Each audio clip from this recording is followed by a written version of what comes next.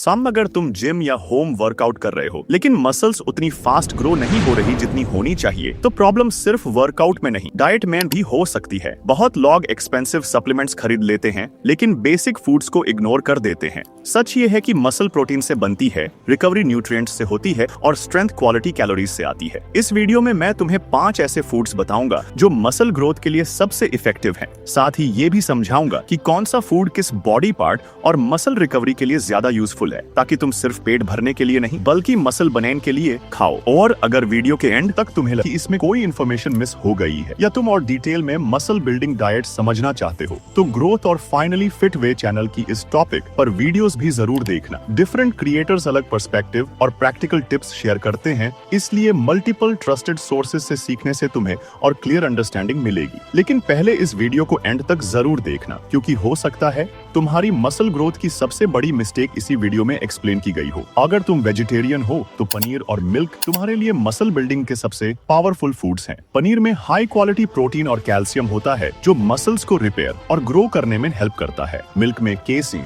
और वे दोनों proteins naturally होते हैं। वे वर्कआउट के बाद मसल्स को जल्दी रिकवरी देता है, जबकि केसिन रात भर मसल्स को अमीनो एसिड्स प्रोवाइड करता रहता है। ये फूड्स स्पेशली चेस्ट, शोल्डर्स और आर्म्स की मसल ग्रोथ के लिए बहुत इफेक्टिव होते हैं, क्योंकि अपर बॉडी एक्सरसाइजेस के बाद बॉडी को प्रोटीन की सबसे ज्यादा जरूरत होती है। वर्कआउट के बाद 100 से 150 ग्राम पनीर या 300 से 500 मिलीलीटर मिल्क लेना एक अच्छा ऑप्शन हो सकता है। अगर तुम वी टेपर बॉडी बनाना चाहते हो जिसमें ब्रॉड बैक और वाइड लैट्स दिखें, तो सोया चंक्स को डाइट में जरूर इंक्लूड करो। सोया चंक्स प्रोटीन से भरपूर होते हैं और मसल रिपेयर को सपोर्ट करते हैं। बैक वर्कआउट के बाद बॉडी को अच्छी रिकवरी चाहिए होती है और प्रोटीन उस प्रोसेस को सपोर्ट करता है। सिर्फ फूड से कोई स्पेसिफिक बॉडी पार्ट नहीं बनता, लेकिन प्रोटीन रिच डाइट ट्रेनिंग के बाद सभी वर्क्ड मसल्स की रिकवरी और ग्रोथ में मदद करती है। रोज लगभग 50 से 70 ग्राम ड्राई सोया चंक्स को बॉयल करके राइस या रोटी के साथ खा सकते हो। सिर्फ प्रोटीन ही मसल नहीं बनाता, हेल्थी फैट्स और कैलोरीज भी बहुत इंपॉर्टेंट होते हैं, स्पेशली अगर तुम नेचुरली स्किनी हो। पीनट बटर,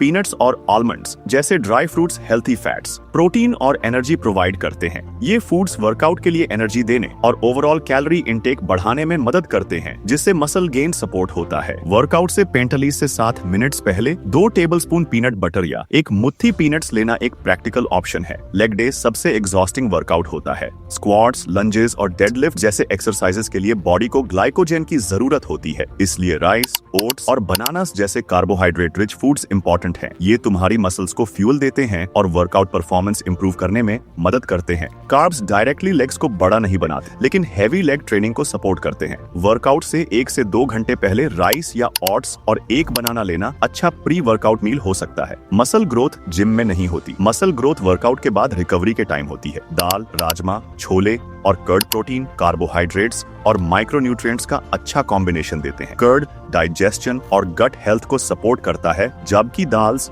और लेग्यूम्स डेली प्रोटीन इंटेक बढ़ाने में मदद करते हैं। अगर तुम रोज लंच और डिनर में इन फूड्स को इंक्लूड करते हो, तो तुम्हारी ओवरऑल रिकवरी और कंसिस्टेंट मसल गेन को सपोर्ट मिल सकता है। अगर तुम नेचुरली मसल गेन करना चाहते हो, तो एक्सपेंसिव सप्लीमेंट्स से पहले अपनी डेली डाइट को स्ट्रॉन्ग बनाओ। याद रखो, कोई फूड किसी एक बॉडी पार्ट को डायरेक्ट टारगेट नहीं करता। मसल्स उस बॉडी पार्ट में ग्रो करती है जिसे तुम ट्रेनिंग देते हो, और प्रोटीन, कार्ब्स और हेल्दी फैट्स उस ग्रोथ और रिकवरी को सपोर्ट करते हैं। अगर तुम रेगुलर वर्कआउट के साथ इन 5 फूड्स को कंसिस्टेंटली अपनी डाइट में इंक्लूड करोगे, प्रॉपर स्लीप लोज और प्रोग्रेसिव ओवरलोड फॉलो करोगी, तो मसल गेन के चांसेस काफी इंप्रूव हो सकते हैं।